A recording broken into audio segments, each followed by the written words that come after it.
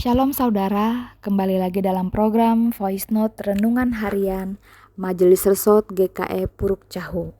Kali ini bersama saya, Pendeta Regina Elriana, pendeta yang melayani jemaat GKE Pandohon Iman Tahujan Ontu. Renungan firman Tuhan hari ini, Senin 18 April 2022, saya beri judul Menjaga Kemurnian Hidup, dengan teks Alkitab dari 1 Korintus 5 ayat 6 sampai dengan ayat 8. Sebelum kita membaca bagian firman Tuhan ini, marilah kita berdoa. Allah yang hidup, di dalam nama Yesus Kristus, kami bersyukur atas kasih setiamu yang selalu menyertai langkah kehidupan kami. Sekarang ini ya Tuhan, kami merindukan lawatan kasih-Mu melalui pemberitaan firman-Mu. Urapilah kami yang akan mendengarkannya.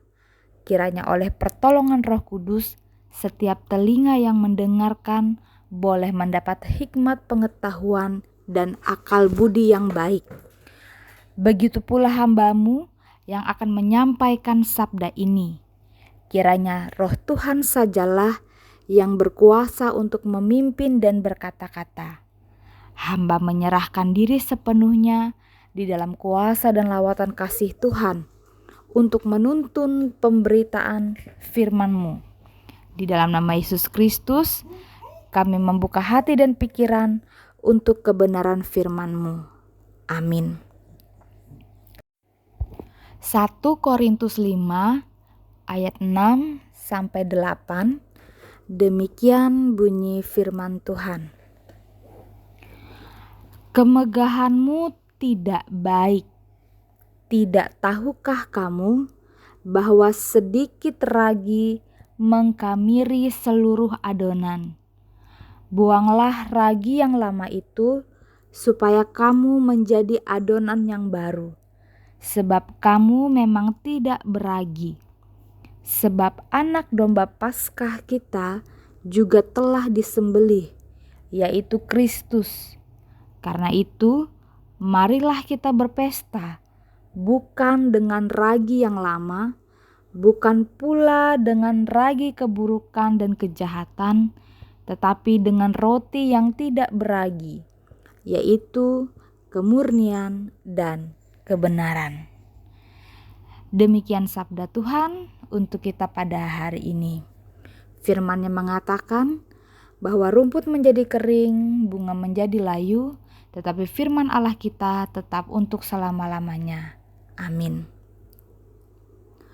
Saudara pendengar yang dikasihi Tuhan, di zaman sekarang ini ada kecenderungan manusia enggan menegur sesamanya. Kecenderungan ini dipengaruhi oleh perasaan tidak nyaman, takut yang bersangkutan tersinggung, bahkan takut dimusuhi. Sehingga menyebabkan sesuatu yang keliru itu menjadi hal yang biasa dalam kehidupan. Contohnya, membiarkan seseorang membuang sampah sembarangan, sehingga menyebabkan perilaku yang tidak mencintai lingkungan. Hal yang serupa juga dialami oleh jemaat di Korintus. Mereka secara sengaja berdiam diri dan tidak melakukan apapun. Mereka hanya menjadi penonton kekeliruan dan kesalahan yang dilakukan oleh sesamanya. Perbuatan dosa seperti kesombongan diri bahkan percabulan menjadi hal yang lazim dalam kehidupan mereka. Mereka justru menganggap ini sebuah kemajuan. Melihat realitas yang demikian, Rasul Paulus sebagai pemimpin umat saat itu sangatlah terpukul. Bagi Paulus, hal yang demikian adalah sebuah kemunduran moral, bukan kemajuan. Oleh sebab itu, Paulus menegur mereka melalui sebuah peribahasa yang berbunyi demikian. Sedikit ragi mengkamiri seluruh adonan. Paulus menggunakan metafor ragi sebagai latar belakang dari pernyataannya. Dalam konteks budaya saat itu, ragi merupakan simbol dari kesalahan atau kejahatan yang harus dibersihkan dari rumah-rumah orang Yahudi menjelang perayaan Paskah bagi Tuhan. Rasul Paulus meminta agar jemaat di Korintus segera membersihkan hidup mereka secara menyeluruh, mengakui kesalahan, tidak mengulanginya, dan harus hidup dalam kehidupan yang baru. Jemaat di Korintus harus mampu meninggalkan kebencian, kejahatan, bahkan percabulan yang merajalela dalam pergaulan hidup mereka. Paulus juga mengingatkan mereka untuk tidak lagi bergaul dengan orang yang lalim dan cabul.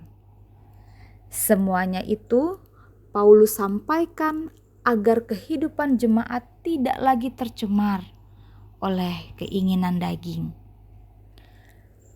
Dan hendaknya mereka hidup seperti roti yang tidak beragi, yang artinya hidup dalam kemurnian dan kebenaran. Hidup yang senantiasa diterangi oleh Roh Allah dan dilandasi oleh kasih dan kekudusan. Saudara pendengar yang dikasihi Tuhan Yesus Kristus, nasihat yang disampaikan oleh Paulus ini juga berlaku dalam kehidupan kita pada masa kini.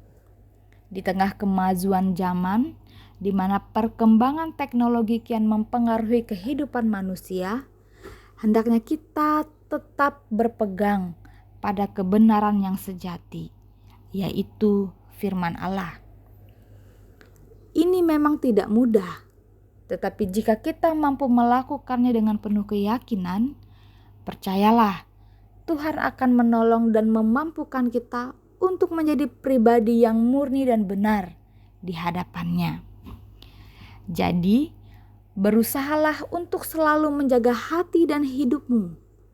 Tetaplah hidup dalam kemurnian dan kebenaran. Sebab bukan lingkungan yang mempengaruhi kita, tetapi kitalah yang harus mempengaruhi lingkungan. Tuhan menolong saudara untuk menjadi garam dan terang dunia. Amin. Mari kita berdoa. Allah Bapa yang bertahta dalam kerajaan surga, Bapa di dalam nama Tuhan Yesus Kristus, kami ucap syukur atas bimbingan kasih-Mu yang telah memampukan kami untuk mendengarkan sabda firman-Mu. Kiranya firman Tuhan yang telah kami dengarkan ini boleh termatrai dengan baik dalam loh hati dan pikiran kami, sehingga olehnya kami beroleh hikmat pengetahuan yang selalu menuntun dan mengarahkan kami pada jalan kebenaran. Kami mohon padamu ya Tuhan, kiranya kuasa Roh Kudus selalu menyertai kehidupan kami. Bapa di dalam Yesus Kristus, kami juga menaikkan ungkapan syukur atas penyertaan dan pertolongan Tuhan yang telah Engkau beri di sepanjang kehidupan kami. Teristimewa sepanjang malam dalam waktu istirahat kami.